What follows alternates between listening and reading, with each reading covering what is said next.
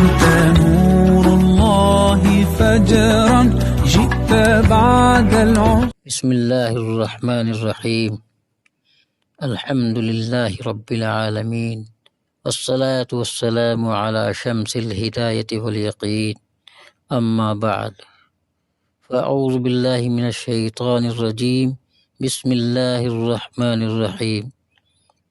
ان الصلاة تنہی عن الفحشاء والمنکر ولذکر اللہ اکبر واللہ یعلم ما تصنعون. صدق اللہ مولانا العظیم. میرے قابل احترام بزرگوں، دینی بھائیوں اور میری پیاری ماؤں اور بہنوں، السلام علیکم ورحمۃ اللہ وبرکاتہ. آج کی مجلس میں اللہ کے ذکر کی اہمیت پر روشنی ڈالی جائے گی. جو آیت کریمہ آپ حضرات کے سامنے میں نے تلاوت کی ہے، اس میں نماز کا بھی ذکر ہے، اور یہ فرمایا گیا کہ نماز آدمی کو بے حیائی کی باتوں سے بچاتی ہے، برائیوں سے روکتی ہے، اور اللہ کا ذکر تو بہت ہی بڑی چیز ہے. تو نماز فحش و منکرات سے کس طرح بچاتی ہے؟ اس وقت تو اس پر گفتگو کرنا مقصود نہیں ہے. آیت کریمہ کے آخری جز وَلَذِكْرُ اللَّهِ اکبر کے بارے میں آپ کے سامنے چند باتیں عرض کرنی ہیں. میرے بزرگوں اور دینی بھائیوں، اللہ کا ذکر تمام انسان کے اعمال میں سے اللہ کے نزدیک سب سے افضل عمل ہے. اس سے بڑھ کر کوئی عمل نہیں، بلکہ اللہ کے نزدیک ہر عمل مقبول ہوتا ہے تو ذکر اللہ ہی کی وجہ سے مقبول ہوتا ہے. اگر نماز میں ذکر اللہ اور یاد خداوندی نہ ہو، نماز بے روح رہ جائے گی. روزے میں ذکر اللہ نہ ہو، روزہ بے روح رہ جائے گا. زکوٰۃ میں ذکر اللہ نہ ہو، زکوٰۃ بے روح ہو جاتی ہے. سارے اعمال شرعیہ کی روح فی الحقیقت ذکر اللہ اور یاد خداوندی ہے. یہ آپ تو جانتے ہیں کہ اس دنیا میں ہر چیز کی زندگی روح سے ہے. محض بدن سے کوئی چیز زندہ نہیں رہ سکتی. جب تک کہ بدن کے اندر روح نہ ہو، روح نکل جاتی ہے تو پھر آدمی کو مردہ کہتے ہیں. پھر وہ اس قابل بھی نہیں رہتا کہ اسے باقی بھی رکھا جائے. بدن کو لے جا کر دفن کر دیتے ہیں، یا جلا دیتے ہیں، یا پانی میں بہا دیتے ہیں. غرض وہی انسان جس سے محبت کا تعلق ہوتا ہے، جس کی طرف کشش ہوتی ہے، ایک منٹ اس سے جدا ہونے کو جی نہیں چاہتا. جہاں روح نکلی ہر شخص کو وحشت ہوتی ہے اور کہتا ہے اسے جلد سے جلد اپنے سے دور کر دیا جائے.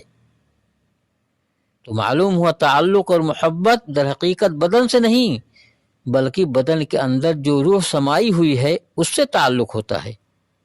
وہ نکل گئی، تعلق ختم ہو جاتا ہے. تو اصل بنیادی چیز اس دنیا میں روح ہے.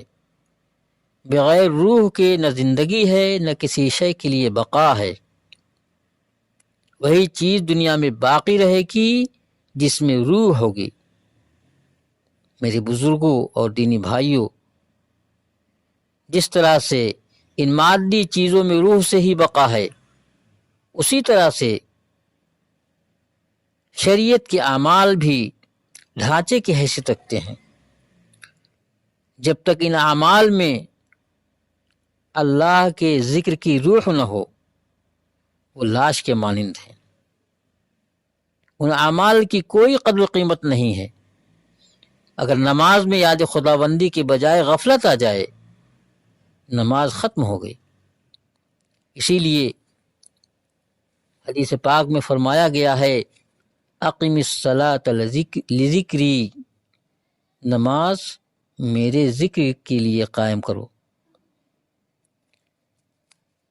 جب نماز میں ذکر نہ رہا تو روح نماز ختم ہو گئی. اب محض نماز ایک اٹھک بیٹھک یا ایک بدنی ورزش ہو جس کی کوئی قدر و قیمت عند اللہ نہیں ہوگی۔ اسی طرح سے اگر روزے کے اندر ذکر و تلاوت اور تراویح نہ ہو تو روزہ بھی ایک فاقہ ہے جس کی کوئی قدر و قیمت نہیں۔ نیت کے سچے اور اس میں یاد خداوندی ہونے سے روزہ زندہ ہو جاتا ہے، اس کو عبادت کہتے ہیں۔ یہ روح نکل جائے عبادت کے بجائے وہ روزہ عادت ہو جاتی ہے۔ عادت محض ایک ڈھانچہ ہوتا ہے جس میں یاد نہیں ہوتی، اگر یاد بھی ہوتی ہے تو اپنے نفس کی ہوتی ہے، لیکن عبادت ایسا ڈھانچہ ہے جس میں اللہ کی یاد ہوتی ہے، نفس کی یاد نہیں ہوتی ہے۔ عادت اور عبادت میں یہی فرق ہے۔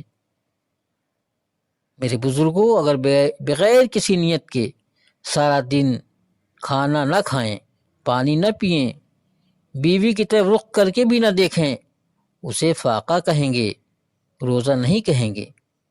اور اگر نیت کے ساتھ اور یاد خداوندی کے ساتھ روزہ رکھیں گے تو اسی کو روزہ کہیں گے۔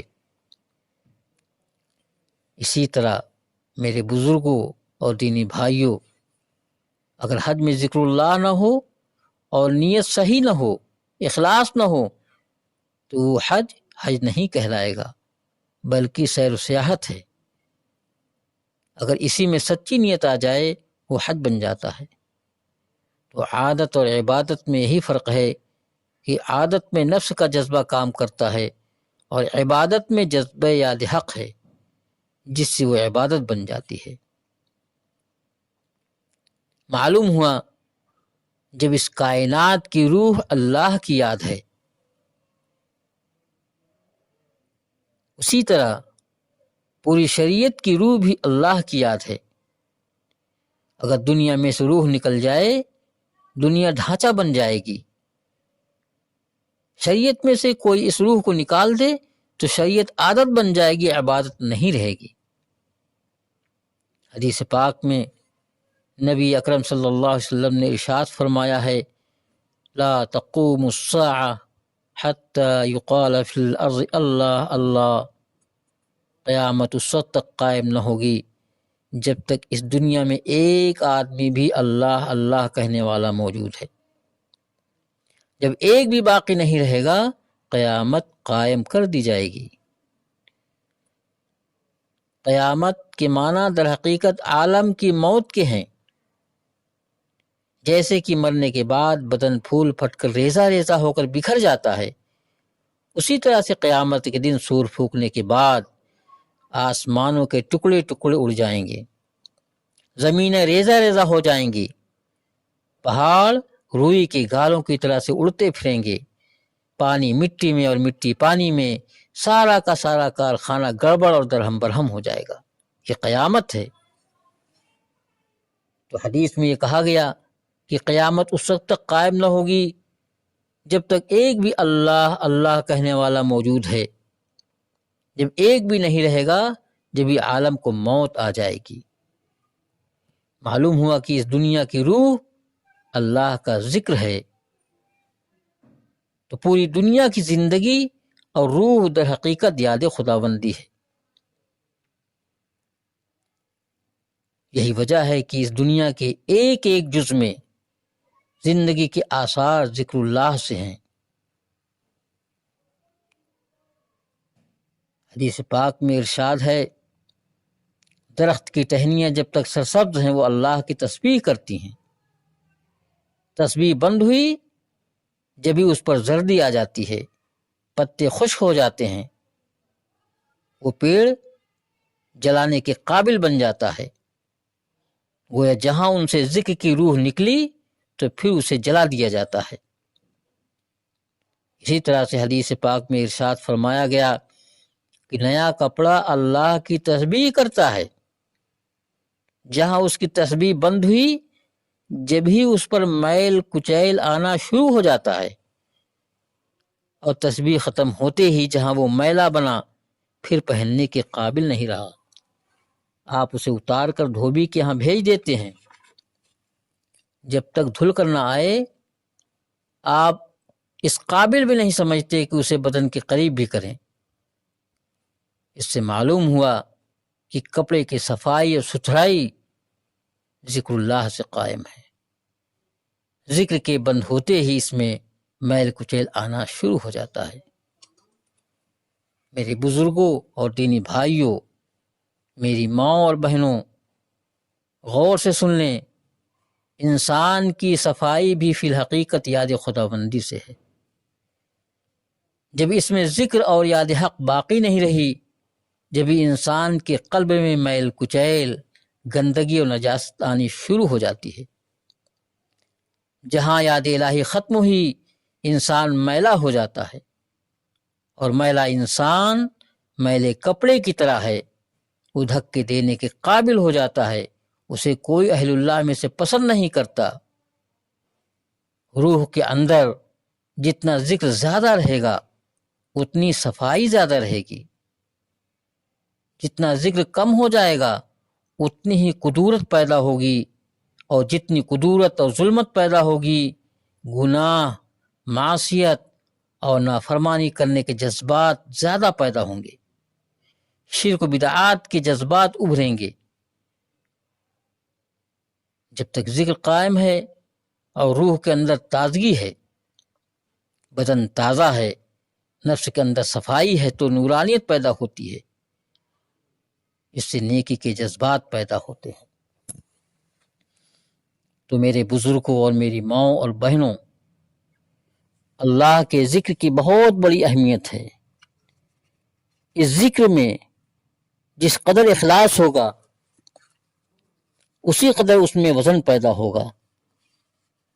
حدیث پاک میں فرمایا گیا ہے کہ میدان محشر میں ایک شخص حاضر کیا جائے گا اور گناہوں کے 99 دفتر اس کے ساتھ ہوں گے، یعنی اتنے گناہ کیے ہوں گے کہ 99 دفتر گناہوں سے بھرے ہوئے ہوں گے، اور ایک ہی دفتر اتنا بڑا ہوگا کہ اسے پھیلایا جائے تو زمین و آسمان اس میں چھپ جائیں۔ تو باقی آپ غور فرمائیں، باقی 98 دفتر کتنے بڑے ہوں گے؟ مطلب یہ ہے کہ اس کی گناہ اتنے زیادہ ہوں گے کہ جہانوں میں اس کی سمائی نہیں ہوگی۔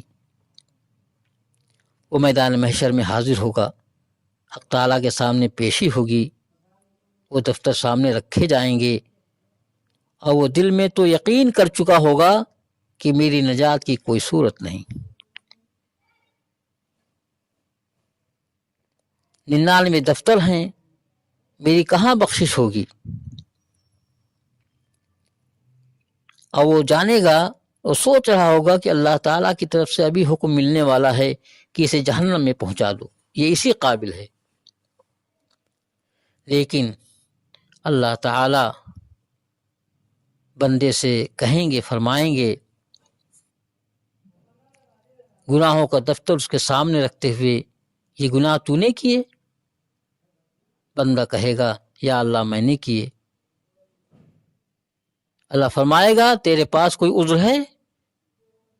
بندہ کہے گا اے اللہ کوئی عذر نہیں، محض اپنی سیاہ بختی، شقاوت قلبی اور بدنصیبی سے میں نے برے اعمال کیے ہیں، کوئی حجت میرے پاس نہیں، میں نے اپنے نفس کی خواہشات پوری کی ہیں، لذات نفس میں گرفتار تھا، کسی حجت اور دلیل سے میں نے یہ گناہ نہیں کیے۔ اب تو اسے یقین ہی ہو جائے گا کہ مجھے جہنم میں ڈھکیل دیا جائے گا، پہنچا دیا جائے گا، اور ابھی یہ فرمان اللہ کی جانب سے جاری ہوگا کہ جا تیرا ٹھکانہ ہمارے پاس نہیں۔ لیکن پھر اللہ تعالیٰ فرمائیں گے تیرے ان 99 دفتروں میں تیری ایک نیکی بھی ہمارے پاس ہے، تو ایک چھوٹی سی پرچی نکلے گی، تو ایک چھوٹی سی پرچی نکلے گی کہ ساری عمر میں اس نے نیکی کیا کیا ہے؟ بس یہی لا الہ الا اللہ محمد الرسول اللہ،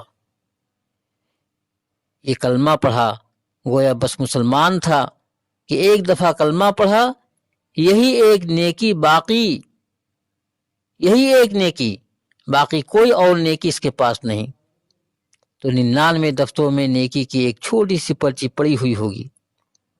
اللہ تعالیٰ فرمائیں گے کہ تیری ایک نیکی یہی ہے، اور جا کے میزان عمل میں اپنا نام اعمال تلوا لے اور اپنی نگرانی میں تلوا۔ وہ بندہ عرض کرے گا کہ اے اللہ، آپ مجھے کیوں رسوا کرتے ہیں؟ ربی ما هذه البطاقہ، اے اللہ ان 99 دفتروں کے مقابلے میں یہ ذرا سی پرچی کیا حقیقت رکھتی ہے؟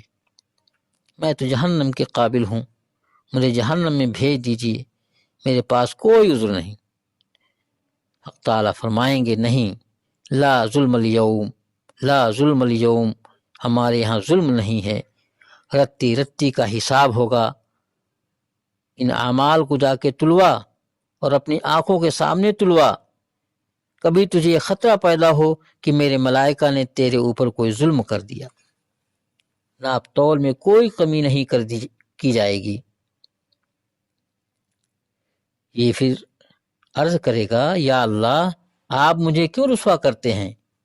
اللہ تعالیٰ فرمائے گا نہیں نہیں، جا کے تلوا۔ یہ تلوائے گا تو ایک پلڑے میں 99 دفتر رکھے جائیں گے اور دوسرے پلڑے میں یہ پرچی رکھی جائے گی۔ جب تولیں گے تو 99 دفتر ہلکے پڑ جائیں گے اور وہ پرچی کا پلڑا بھاری ہو جائے گا اور تول میں غالب آ جائے گا۔ اب اللہ تعالیٰ کا ارشاد ہوگا، جا تیرے لیے جنت اور نجات ہے۔ اور وجہ یہ فرمائیں گے وَلَا ذِكْرُ اللَّهِ اکبر، اللہ کا ذکر سب سے وزنی چیز ہے۔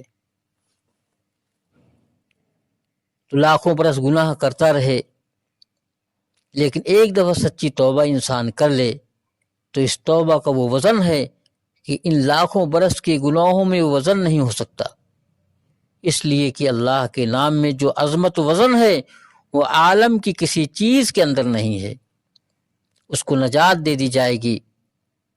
تو یہ ہے وَلَا ذِكْرُ اللَّهِ اکبر کہ ایک ذرا سی پرچی 99 دفتروں پر غالب آ گئی۔ خدا جانے اس نے کس اخلاص سے اللہ کا نام لیا ہوگا کہ اس اخلاص کے وزن نے ہر چیز کو ہلکا کر دیا۔ اللہ اکبر، یہ ہے ذکر اللہ کی عظمت۔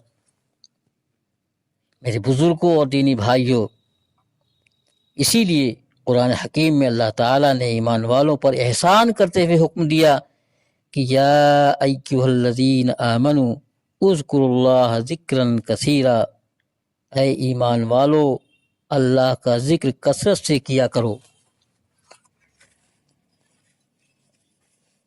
اللہ کا ذکر کثرت سے کیا کرو۔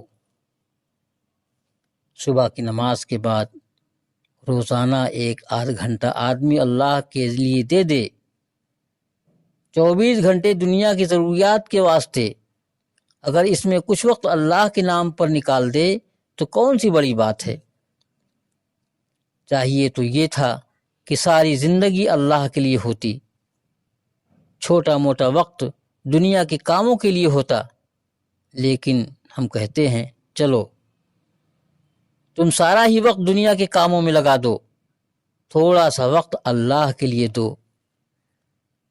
روزانہ صبح کے وقت بیٹھ کر 100 مرتبہ تیسرا کلمہ سبحان اللہ والحمد للہ ولا الہ الا اللہ واللہ اکبر، 100 مرتبہ استغفار استغفر اللہ ربی من کل ذنب واتوب الیہ، اور 100 مرتبہ درود پاک۔ اور وہ مختصر درود پاک یہ ہے اللہم صلی علی سیدنا محمد وعلی آل سیدنا محمد وبارک وسلم۔ یہ کون سی بڑی بات ہے؟ ایک 20 منٹ کی بات ہے، لیکن ذکر کثیر کی دولت ہمیں ان اذکار کے کر لینے سے حاصل ہو جائے گی۔ جس طرح ہم اس ذکر کثیر کے پابند ہو جائیں، ہمیں اپنی اولاد کی بھی فکر کرنی چاہیے۔ اپنے بچوں کو بھی روزمرہ کھانے پینے، سونے جاگنے، لباس پہننے، مسجد میں جانے مسجد سے نکلنے کی دعائیں یاد کرا دی جائیں، ان کو بھی ذکر اللہ کا عادی بنایا جائے۔ اگر بچوں کو دعاؤں ابتدا سے یاد کرا دی جائیں، اگر بچوں کو دعائیں ابتدا سے یاد کرا دی جائیں تو یہ موتی ان کے قلوب میں بیٹھ جائیں گے اور زندگی اسلامی بن جائے گی، اور انشاءاللہ یہ زندگی دنیا میں بھی کامیاب ہوگی اور آخرت میں بھی کامیاب ہوگی۔ اللہ تعالی ہم سب کو ذکر اللہ کرنے کی توفیق عطا فرمائے۔ وآخر دعوانا الحمد للہ رب العالمین۔